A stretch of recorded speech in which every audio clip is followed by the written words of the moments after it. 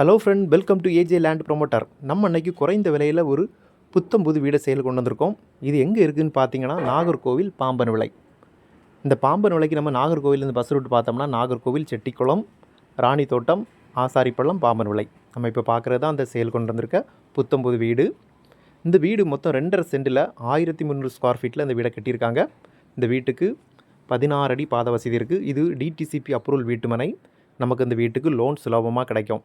இந்த வீடு வந்து சுற்றி பரிமாறதுக்கு இடம் விட்டு தான் இந்த வீடை கட்டியிருக்காங்க. கார் பார்க்கிங் வசதியோடு கட்டியிருக்காங்க. இந்த வீட்டோட தரைதளம் பார்த்தோம்னா தரைதளத்தில் ஒரு பெரிய ஹால், 2 பெட்ரூம், ஒரு கிச்சன் வச்சு தரைதளம் அமைச்சிருக்காங்க. இந்த வீட்டோட முதல் மாடிக்கு வந்து சேர்கேஸ் வந்து வீட்டுக்கு உள்ளாடி இருந்து மேலே மாடிக்கு போகிற மாதிரி தான் சேர்கேஸ் அமைச்சிருக்காங்க. முதல் மாடியில் ஒரு பெரிய ஹால், ஒரு பெரிய பெட்ரூம், ஒரு பால்கனி வசதியோடு தான் இந்த முதல் மாடி அமைஞ்சிருக்கு. இந்த வீட்டுக்கு வந்து தனி போர்வெல் இருக்குது. நல்ல சுவையான நிலத்தடி நீர். இந்த வீடு இருக்கிற இடம் பார்த்திங்கன்னா சுற்றி குடியிருப்புகள் நிறைந்த பகுதியில் தான் இந்த வீடு இருக்குது. இந்த வீட்டோட மர வேலைகள் எல்லாமே கம்ப்ளீட்டாக தேக்கில் பண்ணியிருக்காங்க.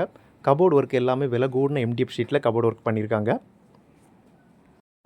இந்த வீடு இருக்கிற இடம் பார்த்திங்கன்னா நல்ல ரிச்சான மக்கள் இருக்கிற இடத்துல தான் அந்த வீடு இருக்குது. நல்ல பாதுகாப்பான இடத்துல இருக்குது.